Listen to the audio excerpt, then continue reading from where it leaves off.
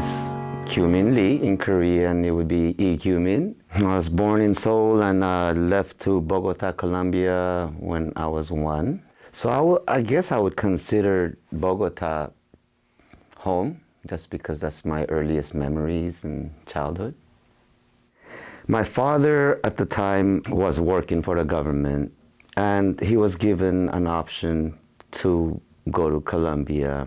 Him and the people he was working with were responsible for helping set up the Korean embassy. So he ended up being, well, maybe in the first group of Koreans to go to Colombia and settle there. Yeah, I was about 10 years old when my parents decided that it would be a good idea to send us to the States. I think at that time, a lot of Korean families were doing that. It wasn't that weird to send your kids to study here and them not come with us, you know what I'm saying? So we came here with student visas. We had a sponsor who was one of my dad's friends, and they were basically supposed to take care of us. Even though, you know, we had our father, he wasn't at home all the time. He was always busy outside.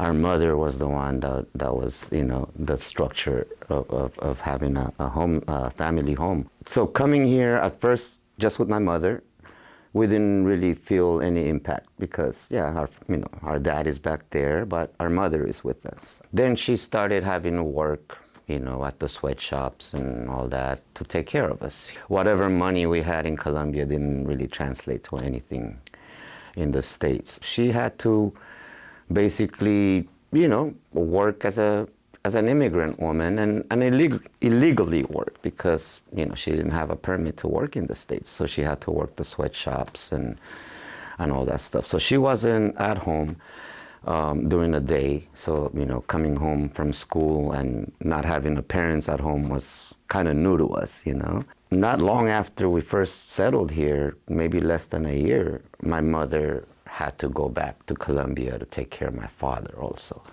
And that's the first time we ever experienced just being completely left alone.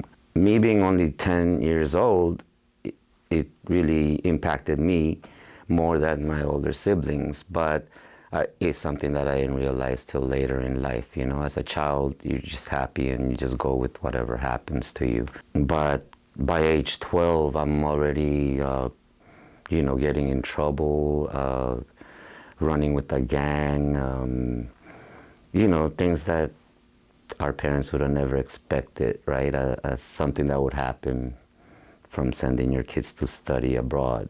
So yeah, I experienced everything America has to offer, good and bad, you know.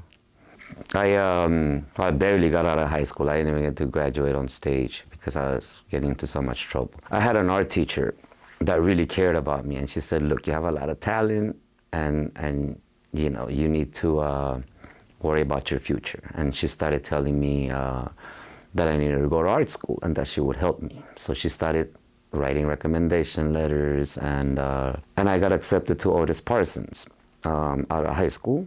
My parents were super proud, like, wow, this is a prestigious school and all that. But about a year and a half later, I dropped out because I was still in the neighborhood.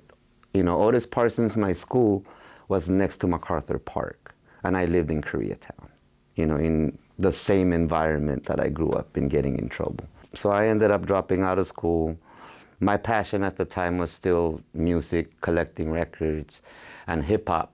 Hip-hop was brand new, you know, like in LA was brand new in the early 80s. That became my thing, you know, like collecting records and just going to hip-hop parties and being on the street doing hip-hop things, graffiti, whatever. And then I got the idea to open a little record store. Well, my mom actually encouraged me because my mom saw that, okay, I wasn't going to school. She always thought that I'd be a good businessman. So she said, look, I don't have a lot of money, but I'll lend you a little money if you have an idea to start a business. The record store was on Slauson in South Central, in a neighborhood that was gang infested, you know. It lasted 2 years, but it became kind of like a community center. Nobody really came to buy records, but they came to play music and paint graffiti because I would let them hang out and, you know, lend them the space to do whatever they wanted. And that store got a lot of attention from little record labels in New York, because in New York, At the time, hip hop was still, like a brand new business, right?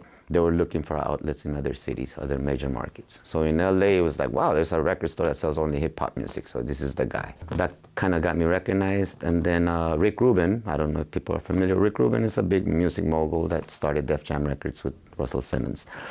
He came out to LA and started a record label. And my name got thrown in there like, oh, you got to work with this guy, Chino. That was my foot in the door, my first industry job. After that, I followed that up by starting, I kind of got this illusion working for the business part of it. So I started working with the artists, management, and doing logos and artwork for different artists and stuff. And, that was my living, just basically hustling in the hip hop industry for like almost 20 years. Yeah, that's how it happened. I was living in New York at the time, and the music business changed. Everything became digital. I came from a time when we were pressing records and tapes and selling those out the trunk, and I didn't know how to maneuver in the new era of the music business. And I decided, okay, I'm just gonna go back to doing art again. But I'm already in my 40s, so it's tough to kind of start something new, at that time. And luckily, during my visits to LA, visiting my sister offered me an opportunity to take over this space that one of her friends, had. He owned a Korean bar, and it was on its way out. She thought that I'd be a good candidate to take over the space because I was always throwing parties and events, and she was like, oh, this is perfect for you. So I looked at the space and I was like, cool, I'll do it.